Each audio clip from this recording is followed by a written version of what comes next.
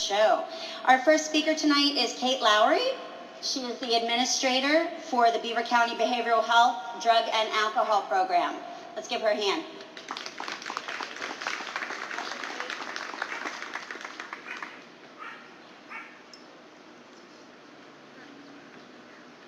Good evening, everybody, and I want to say thank you so much to Not One More for your hard work and your passion and your commitment to the scourge of addiction that affects every family that I know of, that I've ever come in contact with.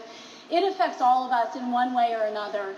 So I want to thank you so much. This is truly a mission field, and I sincerely mean, I think we are on sacred ground this evening as we pause to think about the many, many lives that have been unnecessarily lost, and the broken hearts and the sorrows that so many of us face as we continue to lose friends and family throughout our community.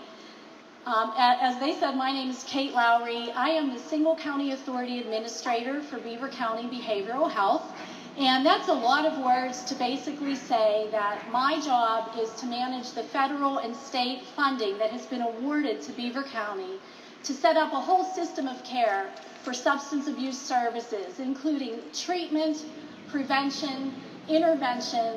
We work with the student assistance programs in the schools, and then we also monitor a lot of the state initiatives, including the responsibility of responding to the opioid overdose crisis, the epidemic that we are experiencing here in Beaver County. I am truly humbled and honored to be in this position.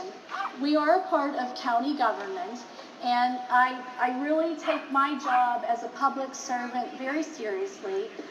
We have brochures at the Keystone Wellness Table, and I mean this when I say, if at any point in time anybody in our community would be struggling with addiction, or you have friends or family who are, I personally will encourage you to please call me at my office. Our contact information is in the blue brochures that are here this evening, and I will gladly try to do all that I can to partner with you as we try to move more and more people toward recovery.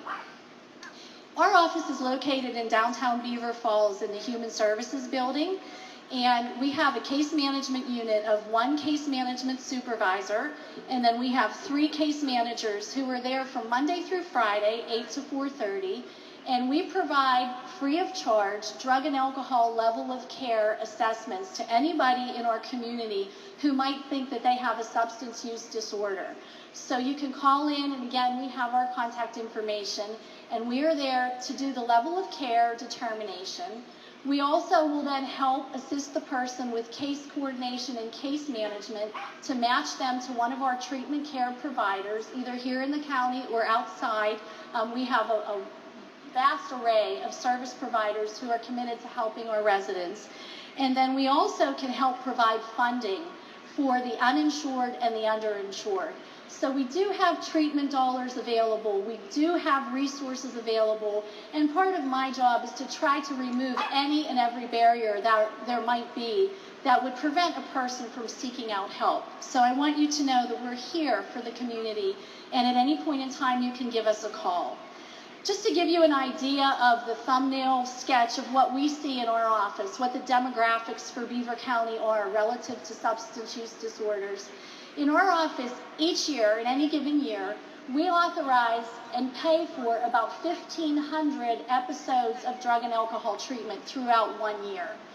Of those 1,500 episodes of care, about 800 of those people do meet medical necessity criteria for a residential level of care, which would either be detox or rehab. 42% currently, the most recent statistics that we have, 42% of the people that we serve identify heroin as their primary drug of abuse. 29% of the people that we serve identify alcohol as their primary drug of abuse. So I want to emphasize that alcohol is still a problem. In addition to the opioid overdose crisis, we're still seeing a lot of people suffering with alcoholism. 16% of our admissions, people indicate that marijuana is their primary drug of abuse. We're seeing a real uptick in the use of marijuana among our youth. And I really want to impress to you that what we are seeing in our field of work is that the THC levels in marijuana today are so much higher than back in the 60s and the 70s. And there's some really, really potent stuff out on the streets. And especially among our youth, we're seeing youth who really, really are having difficulties with addiction to marijuana. 41% of our admissions range in age between 25 to 44 years old. That's pretty much the age range that we are seeing. Okay. Since 2010, I work very closely with our county coroner. We're collecting and compiling the overdose data for our county. Since 2010 through the end of 2015, Beaver County has lost 185 souls to accidental overdose. These are only the cases that have been reported through the coroner's office and that have been identified where the cause and manner of death is an accidental overdose. This does not account for probably many others that are not reported or do not ever reach the coroner's office. So that's 185 people we have lost. The numbers for 2016 probably, unfortunately, already at this stage of the year, look like they're going to surpass what the final total was for 2015. So the problem is continuing. We know that most of the drug overdose deaths that we see, that we encounter, are combined. It's rare that it's a single source agent. Most of the deaths are combined drug overdoses. However, heroin and opioids are the contributors, the primary contributors to many, many of those deaths. We also know that most people who are dying of accidental overdose are dying at home. Most people who are dying of accidental overdose are engaged with family and friends. They're among us, they're with us, they are us. Most of the people who are dying of accidental overdose at some point in the 6 months prior to their death have reached out to a physical or behavioral health care provider. So I want to kind of eliminate some of the myths that we have that people are not motivated for therapy, for treatment, that they're disengaged or disenfranchised. These are our friends. These are our brothers, our sisters, our coworkers, our neighbors. So we know them, and we have to do a better job of trying to identify them and encourage them and assist them with the treatment that they need.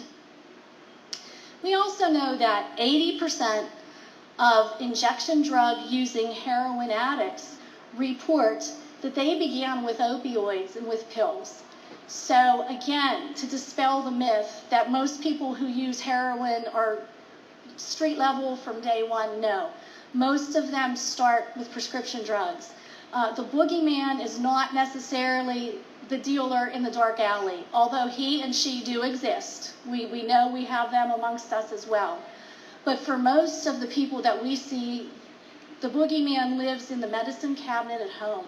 So one of the messages I would really like to deliver based on what I see is that we have to be a little bit more vigilant about safeguarding our prescription drug medications and making sure that we're not minimizing the effects of prescription drug abuse and the direct connection that it has to injection drug use of heroin. So some of the initiatives that we're doing through our office, just to let you know what we're doing at the community level, since 2012, we've convened a prescription drug abuse task force, a coalition through Beaver County Behavioral Health. And the good news in the midst of all of the bad news is that we have so many community members and leaders who are deeply, deeply committed to your friends and family, to your loved ones. We meet generally monthly, and just to give you an idea of some of the people who are involved in our coalition, we have the Executive Director of Medic Rescue, our DA, our coroner, our sheriff, the warden of our jail. We have pharmacists, physicians, healthcare providers. We have people in recovery. We have friends and family. And anybody is welcome. If you would like to be a part of our coalition, we are always looking for additional input. It's a very, very active, progressive group, and I can assure you, in spite of what you might think, this county is deeply committed to this cause. Since 2012, we have had 2 town hall meetings that our coalition has sponsored. And we were really proud that the first one that we had, we were approached by Mr. Michael Botticelli, loosely known as the drug czar, but he's the director of the Office of National Drug Control Policy. And because of a lot of the regional work that was being done, he asked to come to our town hall, and he was the keynote speaker. So we're going to have another town hall meeting. The 3rd annual will be this fall at Community College, Beaver County. We will get the word out to the community, and there will be registrations online. Some of our current initiatives, what we're really working to do is to get naloxone or Narcan out into the community in a more widespread way. We have some special grant money, and we're in the process of working with a physician to provide training. We did our first training 2 weeks ago at the Beaver County Jail. We know that our inmates are at great risk of overdose upon release because of the period of sobriety that they have had while incarcerated. So we trained and distributed Narcan to the jail staff. District Attorney Lozier and I are presently working to work with our police and fire chiefs to try to get more naloxone out into the community and to build capacity among our first responders. And down the road, what I would love to do is at some point to be able to use a community-wide event like this to also do some overdose prevention and distribute naloxone. So that's what I'm really praying and hoping that we might be able to do down the road. So just to let you know who we are, what we do. Also, one thing that I want to tell parents, because everybody talks about how do we prevent, what can we do among our youth. Some information that we know is, in general, it takes parents almost 2 years before they realize that their child is struggling with drugs. And of the children who need treatment, only 1 in 10 really get the adequate treatment that they need. So another Beaver County initiative that we've been working very closely with Judge Debbie Kunzelman and President Judge John McBride. Since 2014, we've enacted Act 53, which is a little-known Pennsylvania law that allows for parents of minors under the age of 18 to petition the courts for a drug and alcohol evaluation for a child who is not willing to seek treatment. So what you can do is you can go to the Beaver County Courthouse, and through the law library, the Juvenile Services Division, or Judge Kunzelman's office, a parent, and it has to be a parent or a legal guardian with the legal and physical custody of the child.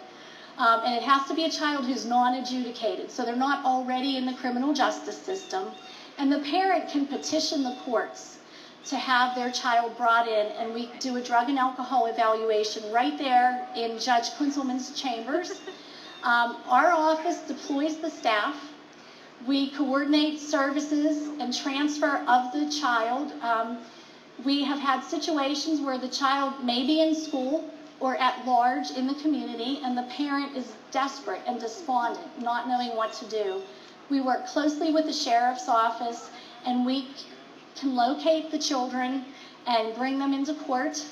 We've had really, really good cooperation with our local school districts. And since 2014, we have evaluated 20 children, and 15 of them have received the treatment. So I want parents to know there are some resources out there for you if you're feeling desperate and you're feeling like you can't make an impact early on. And we also have site-based school treatment, drug and alcohol treatment. We have 2 providers in the county who are willing to go on site at the schools if transportation is an issue, or for some reason parents cannot get their kids to other treatment providers, we can bring the treatment to the schools. And all of our school districts are on board and willing to accept this service. So I just feel compelled to let you know of a couple of the things that are going on in the county and how we can hopefully make impacts, positive impacts in your life. I'm going to close with two inspiring thoughts. They did not come from me. I can't take credit. There was a Protestant minister by the name of Martin Niemöller back in the time of the Holocaust. And he was a very vocal speaker on the atrocity of the Holocaust and the cowardice of people to not respond to what was happening. And there's a famous quote that it's been regenerated throughout the years, and it's been adapted to several different venues, and I took the liberty to adapt it to this mission this evening. First they came for the mentally ill, and I did not speak out because I am not afflicted by mental illness. Then they came for the poor and oppressed, and I did not speak out because I am not afflicted by poverty or oppression. Then they came for the addicts, and I did not speak out because I am not afflicted by addiction. Then they came for me, and there was no one left to speak for me. So what I would like to close with is we are all called to be that voice for those who are struggling to find their own voice. And we are all called to have each other's backs and to reach out. And I know I'm preaching to the choir. You're all here because you get that mission. But again, I'm just so honored to be a part of this organization. Lastly, many of us know our dearest friend, Dr. Neil Capretto, is having some serious health struggles right now, and we're going to talk about that in a little bit. But I had reached out to him to ask him if there was anything that he wanted to deliver, any kind of a message that he wanted to deliver to all of you tonight, because this organization is very near and dear to his heart. So I got a text from him this afternoon, and he said, I want to thank all involved for not only supporting this event tonight, but also for supporting the important, ongoing, life-saving work of Not One More. Although I am with you in spirit, I'm very sorry I cannot physically be with you tonight. But I was just discharged from the hospital late yesterday, and I am still recovering from a very invasive, nearly 12-hour surgery I had last week as part of my treatment for a very aggressive and rare form of cancer I recently developed.